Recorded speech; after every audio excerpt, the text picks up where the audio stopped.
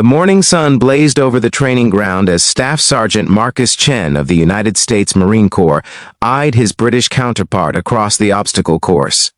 Color Sergeant James Thornton of the Royal Marines returned the look with a slight smirk. "Ready to see how real Marines train, mate?" Thornton called out, his accent thick with challenge. Chen grinned. "Real Marines? Brother, we invented the term."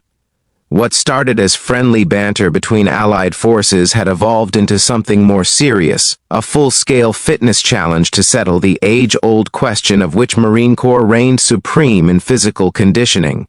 The competition began with the combat fitness test.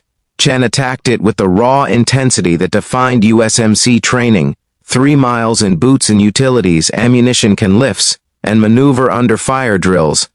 His time was blistering, pushing through with the aggressive tempo drilled into every Marine at Paris Island or San Diego.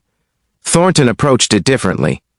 The Royal Marine moved with calculated efficiency, his 32 weeks of commando training evident in every measured step. Where Chen powered through obstacles, Thornton flowed over them with practiced precision.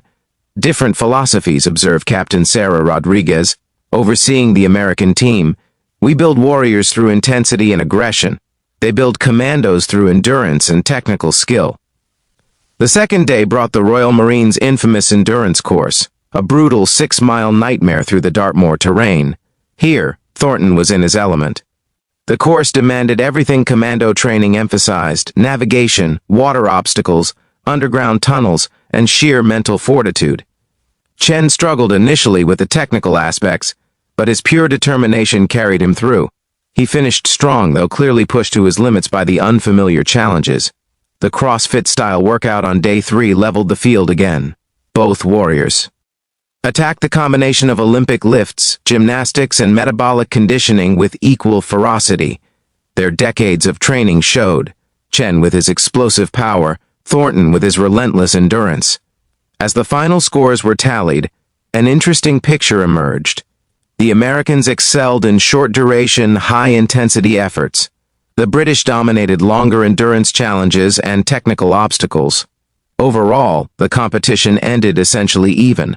Colonel David Mitchell, the Joint Exercise Commander, addressed both teams afterward. "Gentlemen, you've proven what we already knew.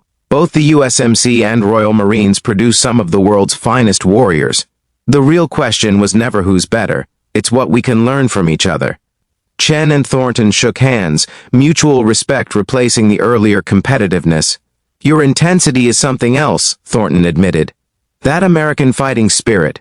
And your technical precision is remarkable," Chen replied. 32 weeks of training shows. The truth was clear: both forces produced elite warriors, just through different paths.